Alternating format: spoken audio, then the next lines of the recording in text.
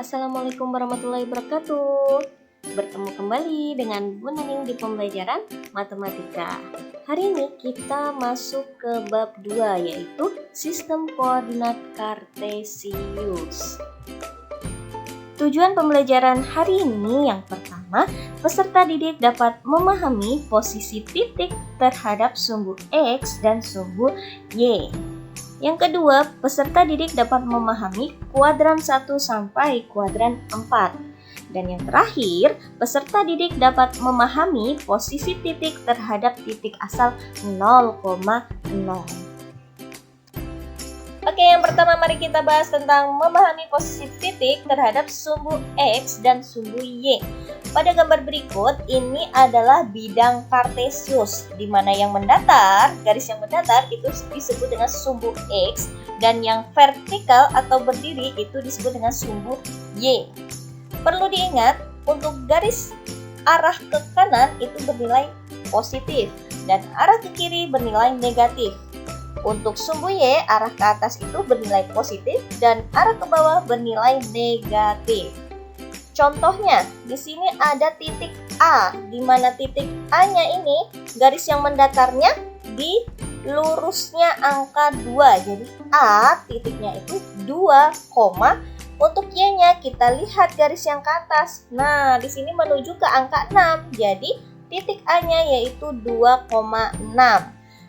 Untuk menuliskan titik koordinat itu, sumbu X berada di depan dan sumbu Y berada di belakang. Biasanya sumbu X itu disebut juga dengan apsis dan sumbu Y disebut dengan ordinat. Nah, di sini untuk titik B. Titik B-nya, sumbu X-nya itu lurus dengan angka negatif 5 yang mendatar ya. Untuk Y-nya yaitu arah ke atas menuju ke angka 5. Jadi titiknya min 5,5. Selanjutnya titik C. Titik C sumbu X-nya lurus dengan titik negatif 6. Sedangkan Y-nya lurus dengan angka negatif 4. Jadi titik C yaitu negatif 6, negatif 4. Selanjutnya titik D. Titik D ini sumbu X-nya lurus dengan angka 3 dan sumbu Y-nya yaitu min 5. Jadi titik D itu 3, min 5. Ibu ulangi, untuk titik koordinat bagian depan itu sumbu X dan bagian belakangnya yaitu sumbu Y. Sumbu X disebut juga dengan apsis, sedangkan sumbu Y disebut dengan ordinat. Kedua yaitu memahami kuadran 1 sampai kuadran 4. Mari kita ingat lagi, kalau arah ke kanan yaitu positif, arah ke kiri negatif, arah ke atas positif, dan arah ke bawah yaitu negatif. Di sini kita lihat untuk kuadran 1 yaitu terletak di sebelah kanan atas atau dengan posisi koordinat X-nya positif, koordinat Y-nya positif. Dan kuadran 2 di sebelah kiri atas dengan posisi kuadran X yaitu negatif dan kuadran Y yaitu positif. Kuadran ketiga berada di sebelah kiri bagian bawah dengan koordinat X yaitu negatif dan koordinat Y negatif. Dan yang terakhir yaitu kuadran 4 dengan posisi koordinat X-nya positif, koordinat Y-nya yaitu negatif.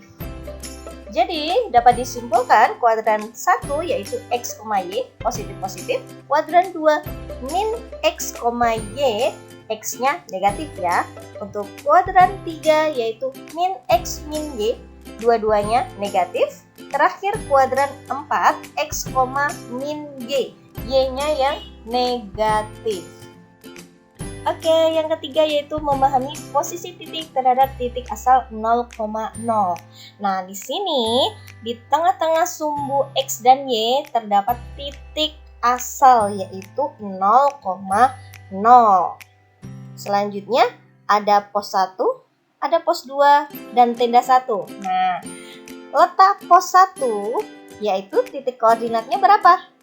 sumbu X-nya 2, dan sumbu Y-nya 5. Jadi titik koordinat pos 1 yaitu 2,5. Kalau pos 2, X-nya berapa? Min 3, Y-nya min 5. Maka titik koordinat pos 2 yaitu min 3, min 5. Dan yang terakhir, di sini ada tenda 1.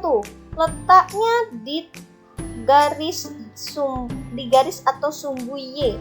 Maka titiknya kita lihat, X-nya di lurusnya 0. Berarti titik X-nya yaitu 0, Y-nya di angka berapa? 8. Maka titik koordinat tenda 1 yaitu 0,8.